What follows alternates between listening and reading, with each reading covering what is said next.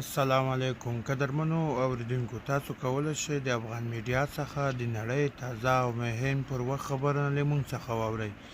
قدرمنو اوریدونکو لومړی سر کې زموږ د یوټیوب چینل در سره سبسکرایب کړئ.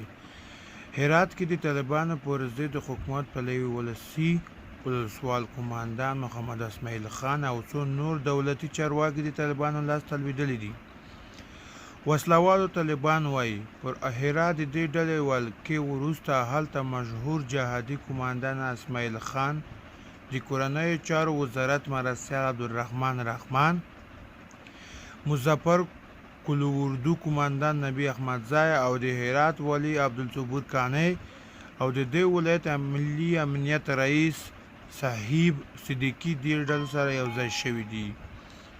دا ډله وایي دې کسانو ته یې ډاډ ورکړی چې خپل آرام او عزتمند ژوند ته دوام ورکړي.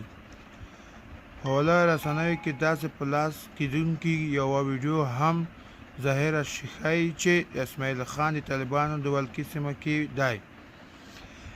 دې ویډیو کې له اسماعیل خان پوښتنه کېږي طالبانو خو ورسره څه به چلند نه وي کړی. نوموړی وایي تر اوسه یې ورورګلوی چلند ورسره کړی دی. نوموړي بیا وپوښتل کېږي چې څه احساس کوي. دا یې په ځواب کې وایي دا پوښتنه ناڅاپي وه ځکه څه ویلی نشم.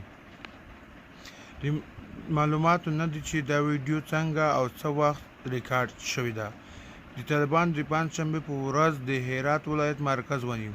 اسماعیل خان له څو اونیو راهیسې دغه ولایت کې د طالبانو سره د جګړې لپاره حکومت پلوه ولسوالو مشري کوله. نوموړي د طالبانو د تېرې واکمنۍ پر مهال هم د جګړې بهیر کې د دې ډلې له خوا نیول شوی و او کندهار کې ورسره بندي و، خو وروسته له بند وروسته وتلی بللی شو. قدرمنو اوریدونکو دا و د نړۍ تازه